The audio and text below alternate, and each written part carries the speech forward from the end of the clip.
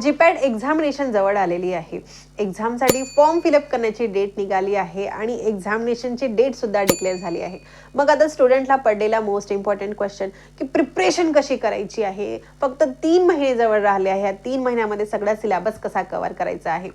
3 महिन्यामध्ये आपण सगळं सिलेबस कव्हर करू शकतो का आणि एक्झामिनेशनला क्रॅक करू शकतो का? तर yes guys, you can do it. तुमच्यामध्ये जर ती पोटेन्शियल असणार आणि तुमच्यामध्ये ती जर जिद्दी असणार तर तुम्ही ते गोष्ट करू शकता.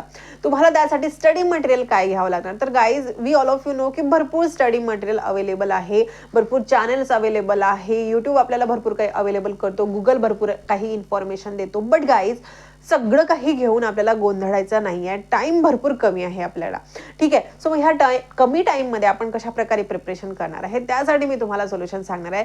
सी गाईज, टाइम कमी आहे तर 1 मंथमध्ये तुम्हाला काय करायचं आहे, मी एक बुक सांगते, ते बुक कम्प्लिटली रीड आउट करायची आहे. येस, बुकचं नेम काय तर बुकचं नेम आहे Pearson for GPAT examination.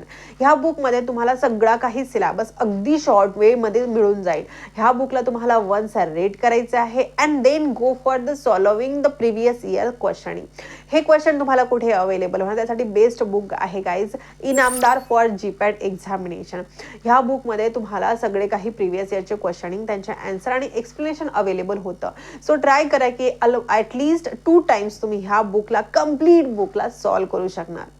Timing short आहे, एक्झामिनेशन जवळ आलेले आहे आणि अचीव भरपूर करायचं आहे. त्यासाठी मेहनत सुद्धा भरपूर करावी लागणार आहे. You can do it guide, फक्त ती पोटेन्शियल ठेवायला पाहिजे.